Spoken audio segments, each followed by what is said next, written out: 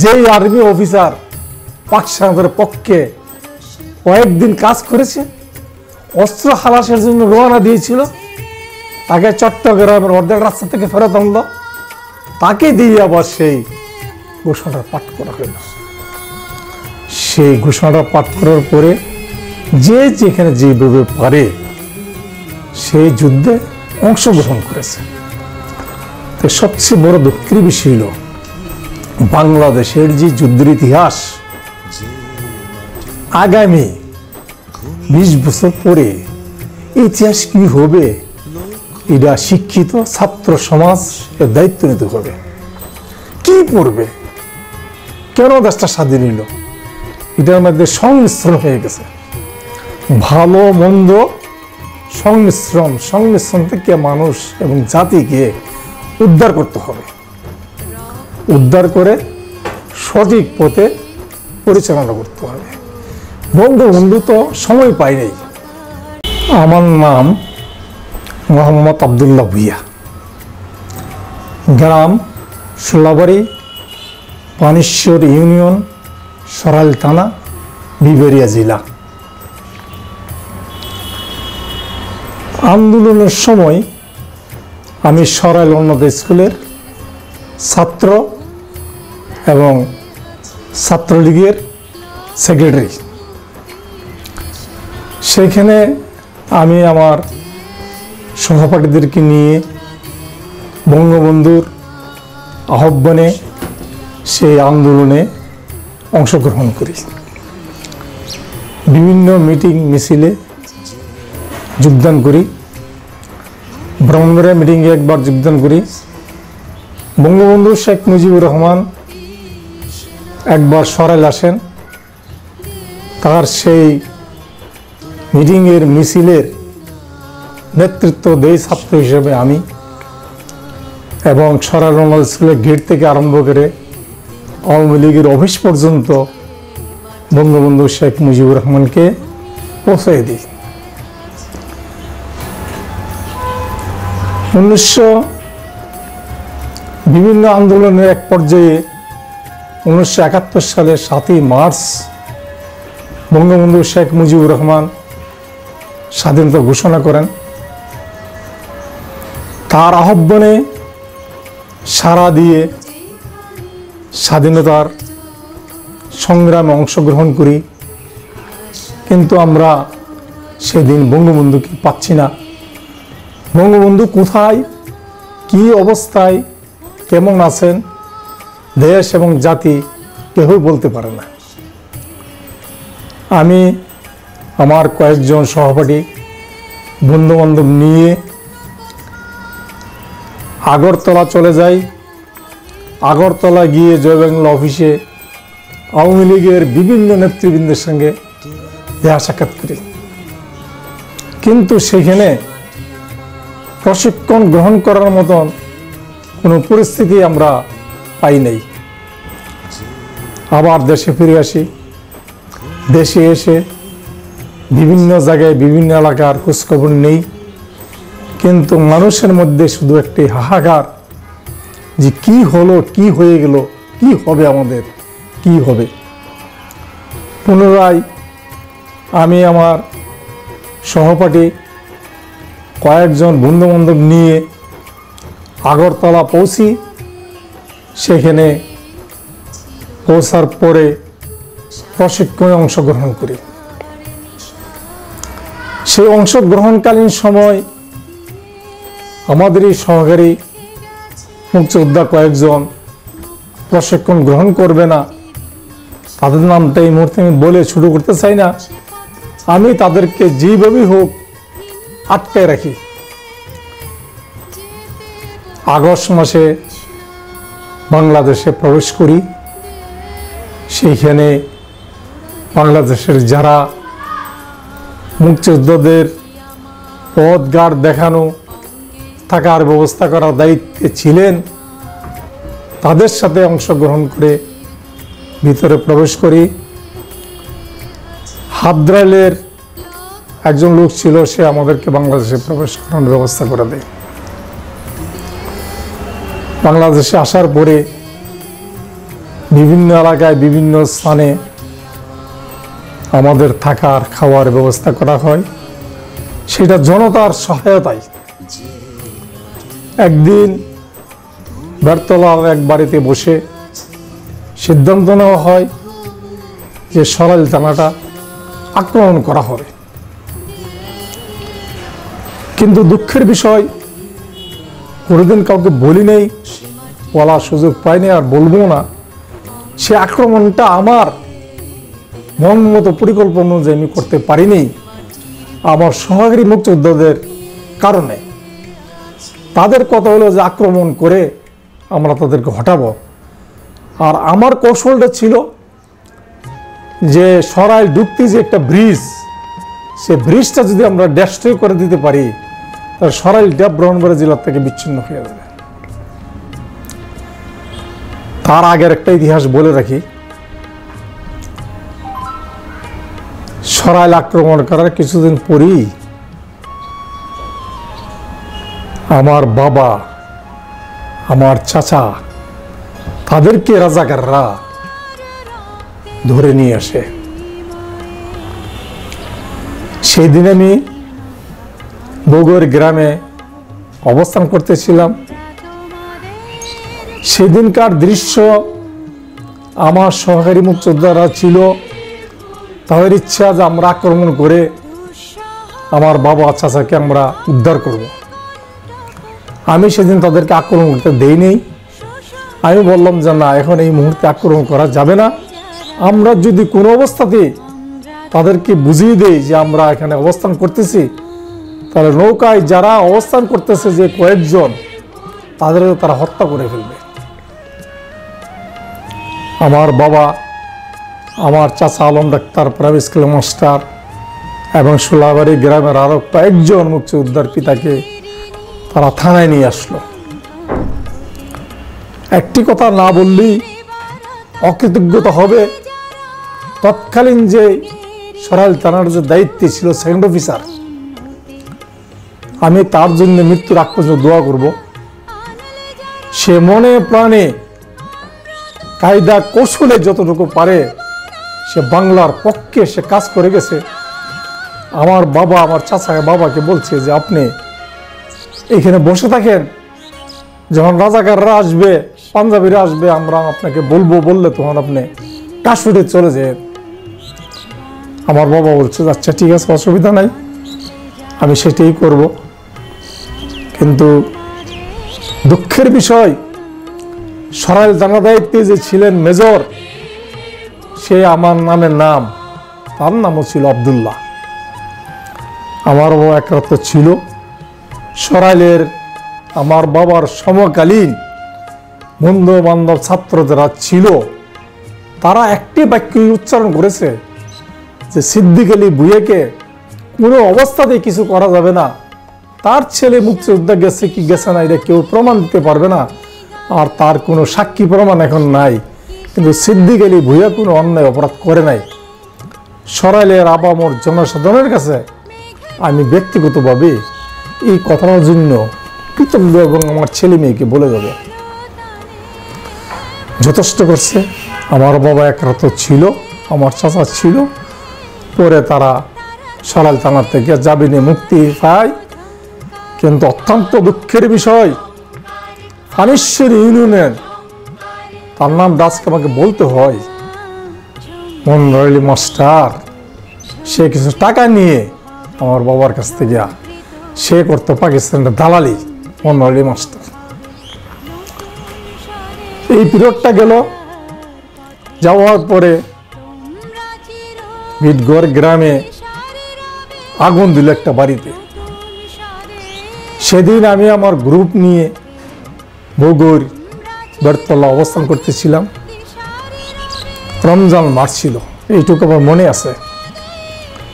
ইফতারের আগে আগে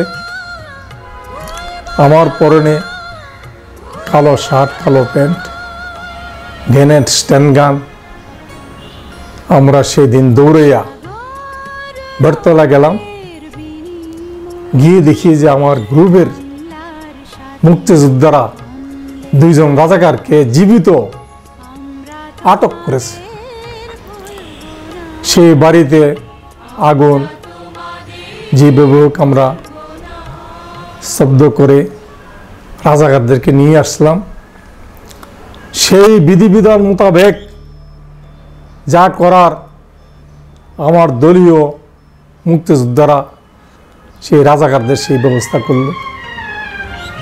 সকালবেলা খবর পেলাম একজন রাজাকার মারা গেছে, আর একজন রাজাকার আশুগঞ্জ পাঞ্জাবিদের হাসপাতালে আছে।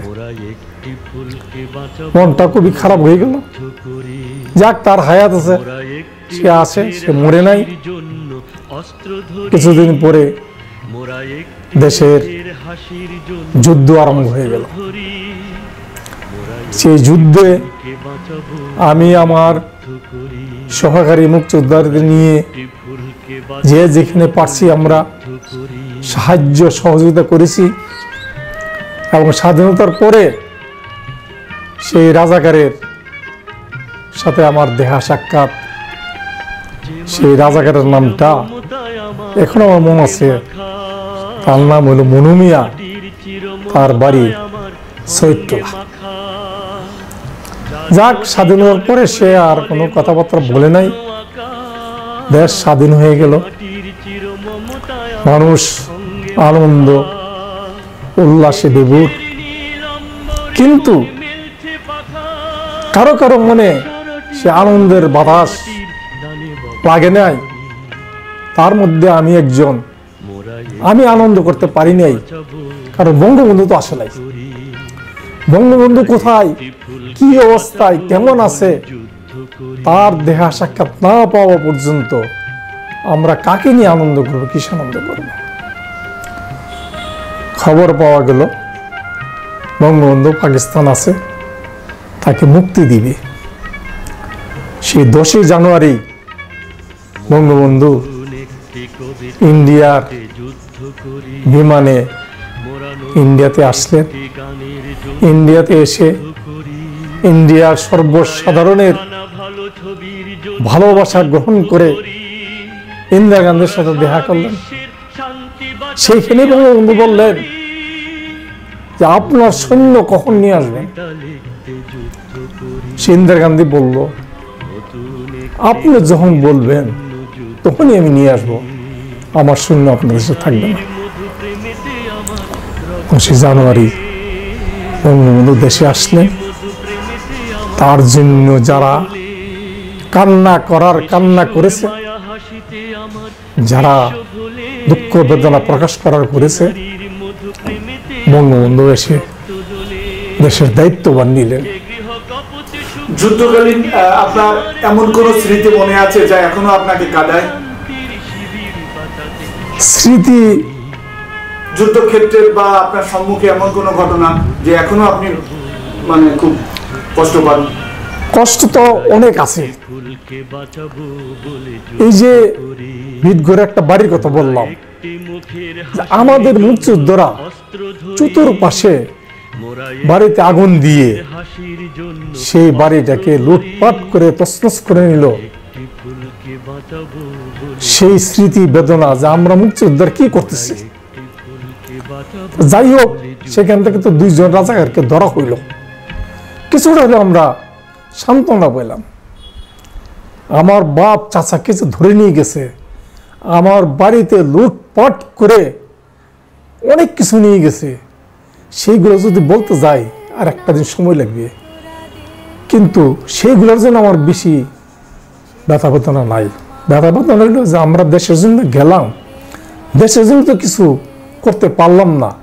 চতুর্পাশে আমরা মুক্তিযোদ্ধার আমাদের মধ্যে ঢুকে 2 জন রাজাকার বাড়ি পুরাই দিল। হ্যাঁ, যাই হোক, তাকে তো পরে আমরা ধরছি, ধরে তাকে নদীতে ফেলে দেওয়া হইলো, আবার সে বেঁচে যায়। আমাদের মধ্যে কিছু দুর্বলতা ছিল না তারা।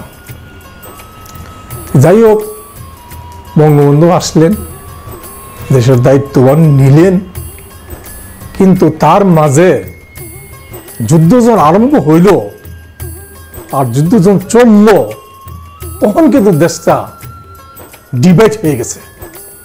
সেই ডিভাইডের কথাটা কেউ বলে না, বলতে চায় না, বলে না। এই জন্য আমি ডিবেটের কথাটা বলবো, আমার ছেলে যদি মন্ত্রী না হইতে পারে, আমি যদি কোনো অংশ না পাই, সত্যিকার ইতিহাস যদি গাঁথতে হয় তাহলে বঙ্গবন্ধুর ৭ই মার্চের আগের ইতিহাস এবং ৭ই মার্চের ভাষণের ইতিহাস দুইটাকে এক করতে হবে, এবং ৭ই মার্চের ভাষণের পরে কে বা কাহারা সেই যুদ্ধে অংশগ্রহণ করলো আর কে বা কাহারা সেই সোয়াদ জাহাজে অস্ত্র হালাস করতে গেল, কেন গেল, এগুলো ডিবেট করা উচিত না হলে তো আমার দেশের ছাত্র সমাজ তারা কি পড়বে, কি জানবে, কে গেছিল সোয়াদ জাহাজে অস্ত্র হালাস করার জন্য, কে কাকে ফিরে আনলো, কেন আনলো, কি বলে আনলো, আনার পরে সে কোথায় গেল, 2 দিন কোথায় ছিল। 3 দিনের সময় আওয়ামী লীগের নেতৃবৃন্দরা বসে সিদ্ধান্ত নিল যে এখন একটা ঘোষণা দেওয়া দরকার। সে ঘোষণাটা কিসে দিবে? টেলিভিশনে দিবে। তখন তারা সিদ্ধান্ত নিল আমরা জনগণের প্রতিনিধি, আমরা রাজনীতি করি, আমাদের কথাটা কার্যকরী ভালো করে নাও হইতে পারে, একজন আর্মি অফিসার আসলে ভালো হয়। ওই তখন আবার সেই যেই আর্মি অফিসার পাক সেনাদের পক্ষে কয়েকদিন কাজ করেছে, অস্ত্র হালাসের জন্য রওনা দিয়েছিল, তাকে চট্টগ্রামের অর্ধেক রাস্তা থেকে ফেরত আনলো, তাকে দিয়ে আবার সেই ঘোষণাটা পাঠ করা হলো। সেই ঘোষণাটা পাঠ করার পরে যে যেখানে যেভাবে পারে সেই যুদ্ধে অংশগ্রহণ করেছে। তো সবচেয়ে বড় দুঃখের বিষয় হল বাংলাদেশের যে যুদ্ধের ইতিহাস আগামী 20 বছর পরে ইতিহাস কি হবে, এটা শিক্ষিত ছাত্র সমাজ এর দায়িত্ব নিতে হবে। কি পড়বে, কেন দেশটা স্বাধীন হইল, এটার মধ্যে সংমিশ্রণ হয়ে গেছে, ভালো মন্দ সংমিশ্রণ থেকে মানুষ এবং জাতিকে উদ্ধার করতে হবে, উদ্ধার করে সঠিক পথে পরিচালনা করতে হবে। বঙ্গবন্ধু তো সময় পায় নাই, মাত্র 3.5 বছর। 3.5 বছরের মধ্যে আমার কিছু ব্যক্তিগত চিঠি বঙ্গবন্ধুর কাছে লেখা ছিল। চিঠির বিষয়বস্তু ছিল আমি আপনার সাথে সাক্ষাৎ করতে চাই। কেন সাক্ষাৎ করতে চাই? বঙ্গবন্ধু সেই নাসিরনগরের মিটিংয়ে আমাকে বলেছিল যে মার্শাল আব্দুল্লাহ, তখন তো ছাত্র জীবন, মার্শাল কথার অর্থ বুঝি না, চিন্তাও করি নাই। যুদ্ধ তো আরম্ভ হইল, তখন এক আর্মি অফিসার জিজ্ঞেস করলাম মার্শাল অর্থ কি? তারপর সেনাপতি। তো বঙ্গবন্ধু সেই যুদ্ধকালীন সময় কি করে জানতো যে আমি যে সেনাপতি হব? তখন সেদিন আমাকে বলেছিল, কিন্তু দুঃখের বিষয় আমি সাক্ষাৎকারটা পাই নাই, সাক্ষাৎকার দিতে পারি নাই। আমার উদ্দেশ্য যে একটাই বলতাম বঙ্গবন্ধুকে যে আপনি এখন সরকারের প্রধানমন্ত্রী, আপনি দয়া করে সরকার নির্ধারিত যে বাসভবনটা আছে সেটা চলে যান, আপনার ধানমন্ডি থাকবেন না। কিন্তু তার মাঝেই বঙ্গবন্ধু তার 2 ছেলে 3 ছেলেকে নিয়ে, স্ত্রীকে নিয়ে, আত্মীয়-স্বজনকে নিয়ে বাংলার থেকে নিয়ে বিদায় হলেন। তারপরে তো দেশ চলতেছে, এটা এখন সারা পৃথিবী, দেশ, জাতি জানে।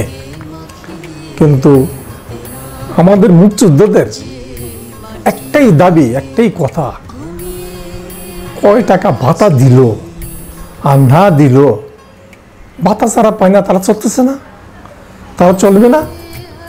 কিন্তু ইতিহাসটা যেন সঠিকভাবে লেখা হয় এবং সত্যিকারের যেন একটা ইতিহাস হয়, এটি আমার বক্তব্য এবং আমার দাবি।